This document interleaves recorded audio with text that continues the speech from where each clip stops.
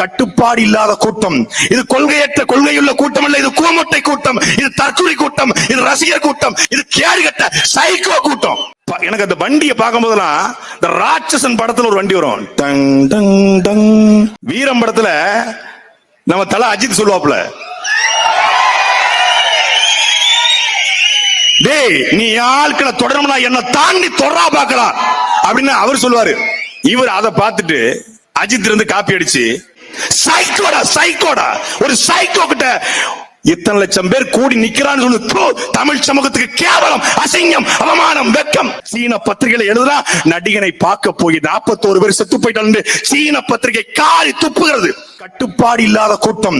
இது கொள்கையற்ற கொள்கையுள்ள கூட்டம் அல்ல. இது கூமட்டை கூட்டம், இது தற்கொலை கூட்டம், இது ரசிகர் கூட்டம், இது கேடுகட்ட சைக்கோ கூட்டம். பாசிச பாஜக, பாயாச திமுக. இப்போ ஒரே அடி, ஒரு அடிதான், ஒரு வழக்கு போட்டான். புஷியானந்த் எடுத்தேன் பாரு ஒரு ஓட்டம்னா, ஒரே வழக்கு. ஆதவ அர்ஜுனா, நான் உசுருக்கு ஒரு ஆபத்துல கடல் மேரி ஓடுவேண்டா என் கொய்யா அப்படின்னு ஓட்டான். காமராஜர் விழாவில் கண்ட கருமத்தையும், ஐயாவின் விழாவில் அற்ப பதர்களையும், எங்க தாத்தாவின் விழாவில் தற்கொலைகளையும் பேசக்கூடாது என்று நினைச்சு வந்த சத்தியத்தை மீறி பேசிட்டேன். மொழி போர்ல மொழிக்காக செத்த தமிழ்நாட்டுல ஒருத்த மூஞ்ச பார்க்க செத்தா என்று சொல்வது எவ்வளவு பெரிய கேவலமுடா, கேவலமுடா. மூஞ்ச பார்க்க போய் செத்து போயிட்டாங்க. யாரும் பேச்ச கேட்க போல, அவனை பார்க்க போயிருக்காங்க. பார்க்க போய் செத்துட்டான். அவ்வளவு கொடூரமாடா இருக்கும். எனக்கு அந்த வண்டியை பார்க்கும் போதெல்லாம் இந்த ராட்சசன் படத்துல ஒரு வண்டி வரும், tongue tongue tongue tongue tongue tongue tongue tongue tongue. ஒரு வண்டி வரும் பாருங்க, அந்த வண்டி மாதிரியே இருக்கு. அந்த வண்டியை பார்க்கும்போது 41 உயிர் போயிருக்கிறது.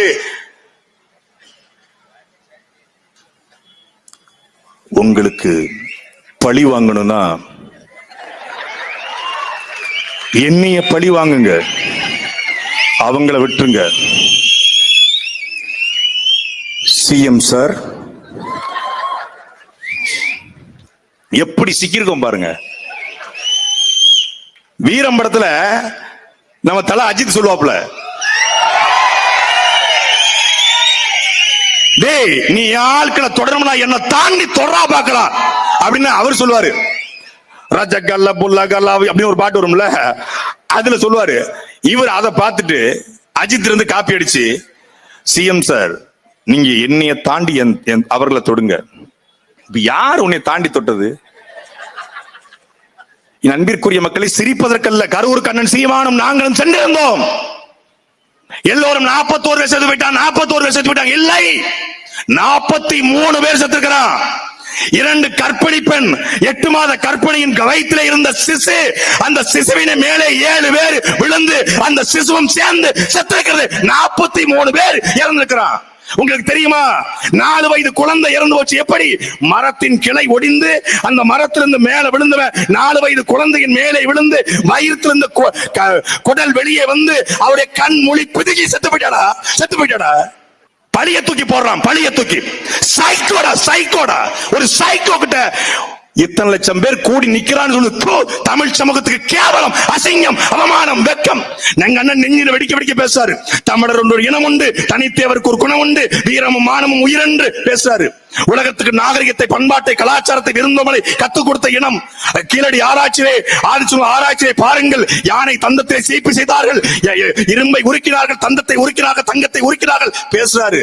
அவர் பேசிக்கிட்டு இருக்கும் போதே ஒருத்தன் கூட்டத்துல பிதிக்கிட்டாங்க, மெட்டி மிதிச்சிட்டாங்க, அங்க எல்லாரும் மயக்கம் போட்டு விழுந்துட்டாங்க அப்படின்னு NDTV ரிப்போர்ட்டர் கழுத்துல துண்ட போட்டு இழுத்துட்டு போயிட்டு இருக்கான். ஒரு மான தமிழ சீன பத்திரிகையில எழுதுறா, நடிகனை பார்க்க போய் 41 பேர் செத்து போயிட்டாங்க. சீன பத்திரிகை காரி துப்புகிறது. கேவலமா இல்ல? இந்தியாவில் எந்த மாநிலத்தில் நடந்திருக்கு? மோகன்லால் இல்லையா? மம்புட்டி இல்லையா? சல்மான் கான், ஷாருக் கான் இல்லையா? உலக நாடுகள்ல ஹாலிவுட் ஹீரோ டாம் குரூஸ் மிகப்பெரிய ஹீரோ. அவரை பார்க்க என்னையாவது கூட்டம் கூடி செத்ததா செய்தி உண்டா? இந்தியாவில் எந்த மாநிலத்தில் நடிகனை பார்க்க போய் செத்துருக்கிறான்? இன்னும் சொல்றான், விஜய் எதிர்த்து நீங்கள் பேசுவது திமுகவுக்கு சாதகமா போயிடும். மயிர்ல போவோம், மயிர்ல.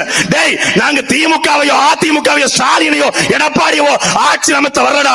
நாங்கள் இனத்தில் காமராஜரை விட சிறந்த ஆட்சியை உருவாக்க எங்கள் சீமானை செந்தவன் சீமானை அருகிலே ஏத்த வந்த கூட்டம். இந்த கூட்டம் இது அறிவார்ந்த கூட்டம்.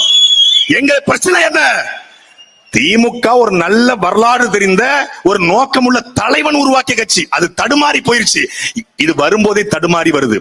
இது கட்டுப்பாடல்ல கூட்டம். இது கட்டுக்கடங்காத கூட்டம் அல்ல. இது கட்டுப்பாடு இல்லாத கூட்டம்.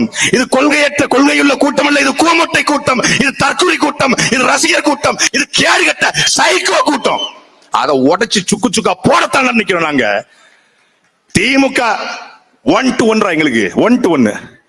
யாராவது காட்டு திமுக இடுமாவனம் கார்த்திக் மாதிரி, சல்மான் மாதிரி, பாத்திமா ஃபர்கானா மாதிரி, மதிவான மாதிரி, எங்க தங்கச்சி மகளிர் மாணவர் பாசை பொறுப்பாளர் திமுக காட்டே. திமுக இப்படி ஒரு மேடை போட்டு நாங்க போட்டோம்னா அவன் 5 நிமிஷம் எங்களுக்கு தூக்கி தூர போட்டுருவான். ஆனா உன்னைய வீழ்த்துவதாண்டா எங்களுடைய முதல் இலக்கு. 41 உயிர் போயும் அதை பத்தி கவலைப்படாம செட்டில்டா பேசுறாமா. செட்டில்டு 2 பட்டனை கழட்டி விட்டு மைக் போட்டா சினிமாட்டிக் ஆயிரும். இதுக்கு 11 மணி நேரம் ஆலோசனை பண்ணிருக்காங்க. வீக வகுப்பாளரை வைத்துக் கொண்டு கட்சி நடத்துற அண்ணன் சீமான் இந்தியாவுக்கே வீகத்தை வகுத்து கொடுக்க வந்தவன் எங்களுடைய அண்ணன் சீமான். அவருக்கு ஒரு இலக்கு இருக்கு. நான் சாத்தியமற்றதை செய்ய மாட்டேன்னு சொல்ல வந்தவர் எங்கள் சீமான் அசாத்தியத்தையும் சாத்தியப்படுத்தா. ஏனால் அசாத்தியத்தை சாத்தியப்படுத்திய உலக நாடுகள் 24 நாடுகள் எதிர்த்து நின்றபோதும் களத்திலே கத்தெடுத்து பெற்றெடுத்த பிள்ளைகளையும் கட்டிய மனைவியும் பழிவடுத்து இந்த நாட்டின் விடுதலைக்காக உயிரித்த எங்களுடைய தலைவன் மேதகு பிரபாகருடைய பிள்ளைகள் நாங்கள் அசாத்தியத்தை சாத்தியப்படுத்த வந்தவர்கள். சீமான் வரும்போது சொன்னா அவரெல்லாம் ஒரு தேர்தல் தாங்க மாட்டார்னா, ஒரு தேர்தல் தாங்க மாட்டான். 1.1 ஓடி போயிருவாருன்னா என்கிட்ட சொன்னா சீமான் கீமான்னு தெரியாத பைத்தியம் பிடிச்சிரும்னா. என்கிட்ட சொன்னா சீமான் பணம் வாங்கிட்டாருன்னா 1.1 4 விழுக்காடு 7 விழுக்காடு 8 விழுக்காடு வாங்கி இந்தியாவிலேயே தடை செய்யப்பட்ட இயக்கத்தின் தலைவனை தலைவனாக வைத்துக் கொண்டு, தடை செய்யப்பட்ட கொடியை கொடியாய் வைத்துக் கொண்டு இந்தியாவிலே தேர்தல் ஆணையத்தில் அங்கீகரிக்கப்பட்ட ஒரே கட்சி அது நாம் தமிழர் கட்சி மட்டும்தான். என் தம்பி இடுமானம் காத்தி சொன்னான், களத்தில் வைத்து எதிரிகளை வீழ்த்துவோம், களத்துக்கு வருவதற்கு முன்பே உதிரிகளை வீழ்த்துவோம் என்று. இந்த உதிரியை வீழ்த்துறோம். இதை விட்டோம் வைங்க, இன்னும் பல நம்முடைய அண்ணன்மார்கள் நம்ம அக்காமார்கள் என்ன பாவம் பண்ணிச்சு. அந்த 9 வயசு குழந்தை, 4 வயசு குழந்தை, 1.5 வயசு குழந்தை, ஒரே குடும்பத்துல 2 பிள்ளை, ஒரு தாய் செத்து போச்சு. அவன் கதற கதறு எவனுக்கும் கேட்கல. இரக்கமற்ற ஒரு கூட்டத்தை உருவாக்கிட்டாங்க. இரக்கமற்ற ஒரு கூட்டத்தை. கொள்கை எதிரி பாஜக, அரசியல் எதிரி திமுக, பாசிச பாஜக, பாயாச திமுக. இப்போ ஒரே அடி, ஒரு அடிதான், ஒரு வழக்கு போட்டான். புஷியானந்த் எடுத்தேன் பாரு ஒரு ஓட்டம்னா, ஒரே வழக்கு. ஆதவ அர்ஜுனா நான் உசுருக்கு ஒரு ஆபத்துனா கடல் மாரி ஓடுவேன்டா என் கொய்யா அப்படின்னு ஓட்டான். ஒரு வழக்கு. டேய் 224 வழக்குடா எங்க அண்ணன் சீமான் மேல. 224 வழக்கு. இந்த சாதாரண ஒரு சைபர் கிரைம் வழக்கு நீ பாய்ந்துட்ட. சைபர் கிரைம் வழக்குக்கு அமித்ஷாக்கு போனு, ஜி மேரே ஆப்னே ஜி ஓ கோனுக்கு கோனை சமாது பண்டிகாலத்துல கோயிலுக்கு வெளியே பாக்க நகி பேட்டா பேட்டா எங்கம்மா தர்றாங்கன்னு பேசிட்டு இருக்காங்க. ஒரு வழக்குக்கு அமித்ஷாக்கு போன, ஒரு வழக்குக்கு அமித்ஷாவுக்கு. தெரியுமா உங்களுக்கு இந்தியாவினுடைய உச்சபட்ச அதிகாரம் படைத்த அமைப்பு எதுன்னு சொல்லுங்க? தேசிய புலனாய்வு முகமை. இந்தியாவுடைய உச்சபட்ச அதிகாரம் படைத்த அமைப்பு. யார வேணாலும் தூக்கலாம், எப்ப வேணாலும் தூக்கலாம், எப்படி வேணாலும் விசாரிக்கலாம், என்ன வேணாலும் பண்ணலாம். என் வீட்டுக்கு, என் தம்பி இடுமானம் கார்த்திக் வீட்டுக்கு, எங்களுடைய சகோதரர் மதிவான் வீட்டுக்கு, தம்பி தென்னக விஷ்ணு வீட்டுக்கு ரைடு வந்தது. எந்த தலைவனாவது இப்படி சொல்லி பார்த்திருப்பீங்களா? என்னையே வந்துருச்சு. எங்க அண்ணனுக்கு போன் பண்றேன், என்னையே வந்துச்சு, போயிட்டு வாடா. என்னடா பெரிய என்னையே என்னடா பண்ணிடுவாங்க, போயிட்டு வாடா. என்னடா எடுத்தாங்க வீட்டுல? உங்க புத்தகத்தையும் தலைவர் புத்தகத்தையும். வேற நம்ம வீட்டுல மயிரா இருக்கும், போடா. பெட்டெல்லாம் தூக்கி பார்த்தாங்க, கிச்சன் எல்லாம் உருட்டினாங்க, மளிகை ஜாமா தான் இருந்துச்சாங்க. விசாரணைக்கு போனோம். விசாரணைக்கு போயிட்டு வந்து திருப்பி அழைச்சு போயிட்டு வாடா, தைரியமா போயிட்டு வாடா. என்னடா பண்ணிடுவாங்க என்று முடிஞ்சா என் வீட்டுக்கு வர சொல்லுடா அப்படி நான் சொன்னதை அதிகாரிட்ட சொல்லிட்டு வாடா என்று சொன்ன ஒரே தலைவன் எங்களுடைய அண்ணன் சீமான். என்னை அதிகாரி கேட்டாங்க, எதுக்கு உங்க கட்சியினுடைய உறுப்பினர் அட்டையில தலைவர் படம் உங்க தலைவர் படத்தை வச்சிருக்கீங்க, பிரபாகரன் படத்தை வச்சிருக்கீங்கன்னு கேட்டாங்க. இது எங்க அண்ணன்ட்ட கேளுங்க அப்படின்னு. அவர்கிட்ட கேட்க முடியாதுன்னு உங்ககிட்ட கேட்கிறோம். அதை மட்டும் கொஞ்சம் நீக்க சொன்னீங்கன்னா இந்தியாவிலே நீங்க ஒரு ஜனநாயக கட்சியா மாறிடுவீங்க. அவர்கிட்ட கொஞ்சம் சொல்லுங்க. அவர் கட்சி நடத்துறது அவருக்காகத்தாங்க, நீங்க அவர்கிட்ட சொல்லுங்க. சிரிச்சாரு. அது சொல்ல முடியாம தான் உங்ககிட்ட சொல்றோம்னாரு. அதுதான் எங்களுடைய அண்ணன். ஈரோடு கிழக்கு தொகுதி இடைத்தேர்தல் பிரச்சாரம் 2013 பிப்ரவரி மாதம் திமுகவுக்கும் எங்களுக்கும் நேரடி சண்டை. இதே போல கரூர் கேங் ஆளை கொண்டு நிப்பாட்டி எங்களுடைய கட்சிக்காரனை மண்டையை உடைத்தார்கள். அண்ணன் அன்புத்தன் சொல்லி மண்டை உடைக்கப்பட்டது. நேரடி சண்டை. எஸ்பி வந்தாரு. கலவரம் ஆயிரும், சீமான் கிளம்புங்க அப்படின்னாரு.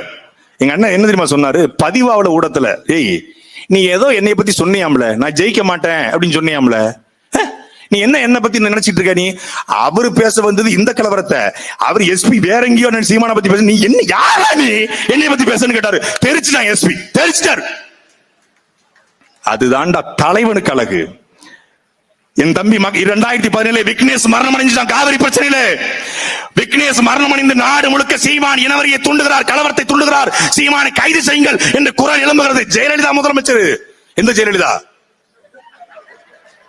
அம்மா அணிலாயிரம் மாறிடுவோம்மா, அந்த அம்மா. எங்க அண்ணன் அப்படி நிக்கல. ஏண்டா நாங்கள் பேசுவதே இனவரி, எங்களுடைய கூட்டத்தில் ஒருத்தன் இறந்து போனது இனவரியை தூண்டி இறந்துட்டான்னா ஜெயலலிதாவுடைய கைதுக்கு 100 பேர் செத்துருக்கான. ஜெயலலிதா அன்னிபெசன்ட் அம்மையாரா, ஆங் சாங் சூகியா என்று கேட்டாரா? ஜெயலலிதா என்கிற வீர பெண்மணி, இரும்பு பெண்மணி அதிகாரத்தில் இருக்கும் போதே கேட்ட ஒரே தலைவன் எங்க அண்ணன் சீமான்டா. அதனாலதான் சாகம் வரைக்கும் அவர் கூட நிற்போம்டா. வெட்டி தோல்வியும் மயிரும் மட்டை எம்எல்ஏ எம்பி என்னடா எங்க அண்ணன் கரம் பிடிச்சு நிற்போம்டா. எங்களுக்கு வேலம்.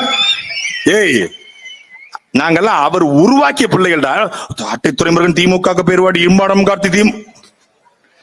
நாங்க இன்னும் பஞ்சம் பழைக்க போறதுக்கு ராஜீவ்காந்தி கல்யாண சுந்தரம் கிடையாது. டேய் தொலைச்சு விடுவான்.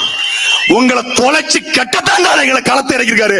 எங்களெல்லாம் கட்டுப்படுத்தி வச்சிருக்காரு. எங்களுடைய சென்சார் போர்டு எங்க அண்ணன் அப்படிம்பாரு, கட்டுப்படுத்துவாரு. அவர் மட்டும் தம்பி இந்த அண்ணாத்த சொன்னார்ல, என்ன மட்டும் தணிக்கை இல்லாம ஒரு படம் எடுக்க விட்டா நான் நாட்டை போட்டுடணும். எங்க அண்ணன் மட்டும் எங்களுக்கு என்னன்னு பேசுற தம்பி ஒரு 1/2 மணி நேரம் சொன்னா உன்னைய கொன்னு புதைச்சிடுவான். அடுத்த நாளே கட்சியை கலைச்சு போயிடும். அந்த அளவுக்கு வெறி இருக்கணும். ஏன் களத்துல போய் மக்களை பார்க்கிறோம். எல்லோரையும் விமர்சித்தார்கள்.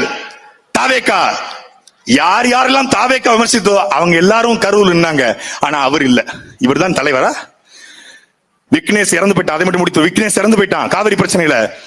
அவன் இறந்து அவனை உடலை மன்னார்குடிக்கு எடுத்துட்டு போய் அடக்கம் செய்து அந்த நீதி நிகழ்வு முடிகிற வரையும் ஒரு நாள் இரவு முழுக்க தூங்காமல் அன்றைக்கு முழுமைக்கும் கண்ணீரோடு நின்ற ஒரு தலைவன் எங்களுடைய சீமான். களத்துல தன்னை நம்பி நிற்கிற பிள்ளைகளை கைவிட்டு விட்டு கையிற நிலையில நான் எமோஷன் ஆயிட்டேன். நீ எமோஷன் ஆகலடா, நாங்க அடிஷன்ல மோசன் ஆயிட்ட. எமோஷன் நாங்க எமோஷன் ஆயிட்டாரு. அவர் ரொம்ப சென்டிமெண்ட், அவர் ரொம்ப குழந்தை மாதிரி. அப்புறம் எதுக்கு அரசியலுக்கு வராரு? இப்படி எமோஷனல் ஆனவர், சென்டிமெண்ட் ஆனவர், வீக் ஆனவர் என்றால் நாளைக்கு ஒரு பிரச்சனை என்றால் களத்தில் நம்மளை விட்டுட்டு ஓடுவாரா ஓட மாட்டாரா என்ற கேள்விக்கு மட்டும் பதில் சொல்லுங்கள். அன்பிற்குரிய மக்களே, காமராஜர் விழாவில் கண்ட கருமத்தையும், ஐயாவின் விழாவில் அற்ப பதர்களையும், எங்க தாத்தாவின் விழாவில் தற்கொலைகளையும் பேசக்கூடாது என்று நினைச்சு வந்த சத்தியத்தை மீறி பேசிட்டேன்.